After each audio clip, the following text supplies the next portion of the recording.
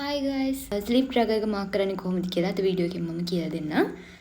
මේ page එකේ මේ තියෙන්නේ මේ පැත්තට time එක. ඒ කියන්නේ 6 7 8 9 කට මම දාලා තියෙන්නේ 6 කියන්නේ උදේ 6. ඒ කියන්නේ ඒ ඉඳන් උදේ 5 වෙනකන් time එක තමයි මේ තියෙන්නේ.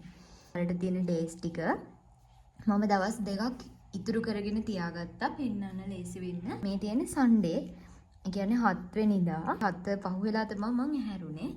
ආයෙම මම දවල් 1 ඉඳන් 4 වගේ වෙනකන් නිදිය ගත්තා. එතකොට මාක් කරනවා 1 ඉඳන් 4 වෙනකන් මාක් කරනවා. ආයෙ ඊට පස්සේ ආයෙම රැට නිදිය ගත්ත ටයිම් එක මම නිදිය ගද්දි 3 විතර වුණා.